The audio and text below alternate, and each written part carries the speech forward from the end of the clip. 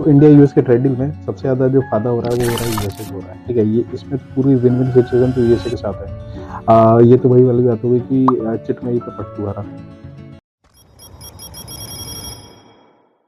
Finally US और India के बीच game changing deal sign हुई, जिसमें टैरिफ 50% से घटा करके 18% कर दिया।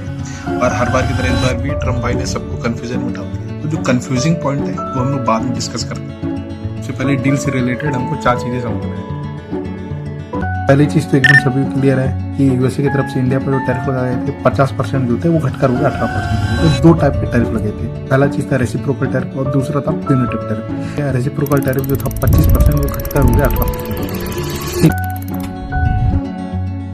तो दूसरी चीज ये है कि इंडिया कम टैरिफ के बदले रशियन ऑयल छोड़ के यूएस और वेनेजुला के ऑयल को परचेस करे। दूसरी चीज यही है कि भाई इंडिया ने यूएसए पर जो टैरिफ लगाए हैं वो ग्रेजुअली जीरो। इंडिया यूएस से $500 बिलियन का गुड्स परचेस करेंगे। तो इस पूरे ट्रेड में सबसे ज्यादा फायदा किसको हो रहा है? वो हो रहा है यूएसए में।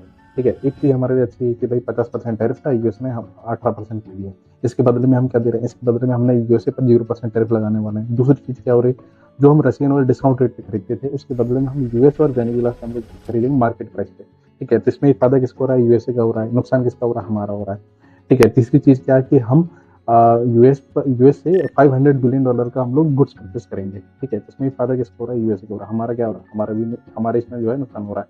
और ये $500 बिलियन का जो हम लोग गुड्स परचेस करने वाले हैं, पता नहीं किस हिसाब से उन्होंने कैलकुलेशन किया, क्योंकि फाइनेंशियल ईयर 24 या 25 का अगर हम लोग देख लें तो ये है कि भाई हम द्विपक्षीय व्यापार इंडिया और यूएस के बीच में जो द्विपक्षीय व्यापार है वो भी $200 बिलियन से ज्यादा हमारा हुआ नहीं है। ठीक है, तो $500 बिलियन का जो डेटा लेकर आए हैं या फिर जो भी डील लेकर आए हैं, ये पता नहीं किस हिसाब से उन्होंने कर दिया। अब देखते हैं आगे क्या होता है।